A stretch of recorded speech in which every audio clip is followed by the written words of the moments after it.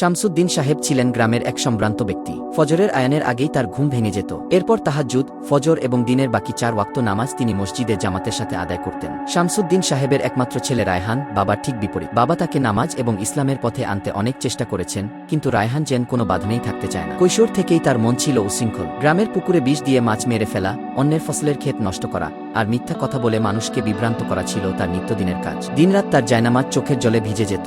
এক বর্ষার রাতে তিনি দরজা খুলে দেখেন রায়হান ভিজে একাকার হয়ে কোনো মতে ঘরে ঢুকছে। সারা রাত ধরে রায়হানের জ্বরের তাপমাত্রা বাড়তে লাগল। সে বলছিল, আমি অনেক পাপ করেছি বাবা, আল্লাহ কি আমাকে ক্ষমা করবেন? তিনি রায়হানকে জড়িয়ে ধরে বললেন, আল্লাহ অনেক দয়ালু বাবা। তার বাবাকে সব খুলে বলল। টি ডাকাতির চেষ্টা করেছিল। রায়হান কোনো মতে নিজেকে রক্ষা করে সেখান থেকে পালিয়ে আসে। এই ঘটনার পর রায়হান পুরোপুরি বদলে গেল। সে অনুতপ্ত হয়ে বাবার কাছে ক্ষমা চাইল এবং নিজের কৃতকর্মের জন্য আল্লাহর কাছে তওবা করল। সে তার বাবার সাথে কাঁধে কাঁধ মিলিয়ে মানুষের সেবা করত। রায়হানের এই পরিবর্তনে গ্রামের সবাই অবাক হল।